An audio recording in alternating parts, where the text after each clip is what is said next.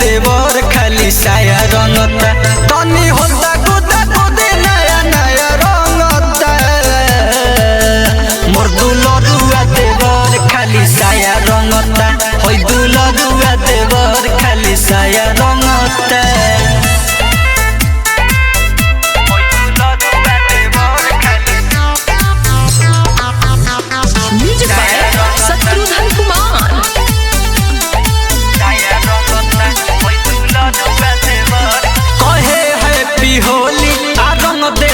चोली हारान कके धइले बा देवरा के टोली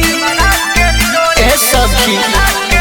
केहू पियर डालतावे केहू ललका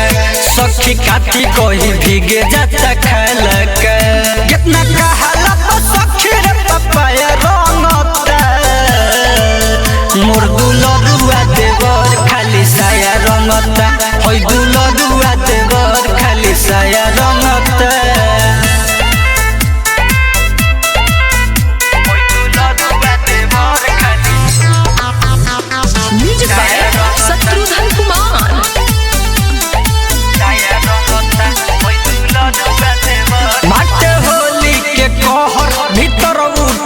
संतोष के रंगवा लगे बड़ी जहर जेके डाले जब गाल मल मल के हमर दुनु रे जोगन सखी दल के खाली बीच में बच्चा के दुनु पाया रंगता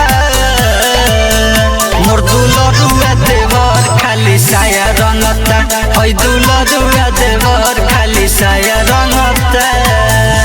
डिजिटल रिकॉर्डिंग स्टूडियो मधुबन।